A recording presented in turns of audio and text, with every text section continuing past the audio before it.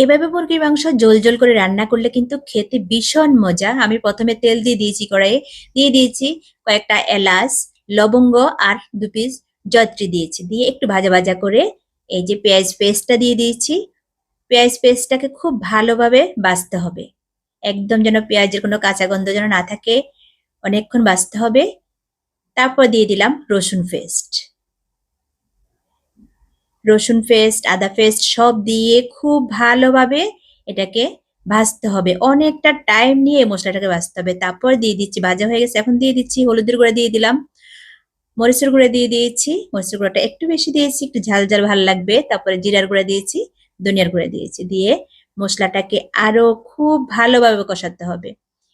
এই মশলাটার কষানোর উপরেই কিন্তু এই তরকারিটার স্বাদ নির্ভর করে। মশলাটা পেস্টটা যত মজা হবে, আমি কিন্তু এই রান্নাতে সব কিন্তু পেস্ট করে দিয়েছি। এটাকে খুব ভালোভাবে কষাতে হবে। এই যে একদম সফট হয়ে গেছে, কিন্তু তারপরেও মনে হচ্ছে যেন কষানোটা আরেকটু লাগবে, একদম নরম হয়ে যাবে। মশলা যখন কষানো হয় একেবারে নরম হয়ে যায়, নাড়তে গেলেই বোঝা যায় যে মশলা হয়ে গেছে। এই জন্য আরেকটু পানি দিয়ে কষালাম। এই যে অনেকটা টাইম কিন্তু আমি মশলা কষানোতেই দিচ্ছি। এই মশলা কষানোটা পারফেক্ট হলে কিন্তু এই রান্নাটা খেতে মজা হবে, ঝোলটা একটু সুন্দর মানে গাঢ় হবে, খেতে মজা হবে, ঝোলটা টেস্ট আসবে এই কষানোর উপরেই। কষানো হয়ে গেছে, এখন আমি মাংসটা দিয়ে দিচ্ছি। আমি আগেই পরিষ্কার করে রেখেছি। এইভাবে মুরগির মাংসের ঝোল রান্না করলে কিন্তু খেতে অনেক বেশি মজা হয়। একভাবে তো আর সবসময় মুরগির মাংস ভালো লাগে না, যেরকম ভুনা করে সবসময় একভাবে খাবো। মাঝে মাঝে ঝোলটা ভীষণ ভালো লাগে খেতে। এই যে এখন আমি একটু হিটটা কমিয়ে দিয়ে আস্তে আস্তে করে কষাবো, দিয়ে দিচ্ছি লবণ, দিয়ে একটু কষাবো।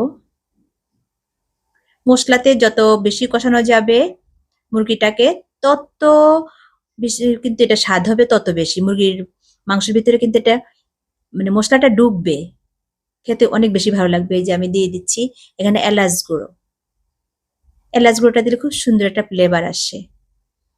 গোটা দেওয়ার থেকে যদি গুঁড়োটা দেওয়া যায় অনেক বেশি মজা হয় খেতে।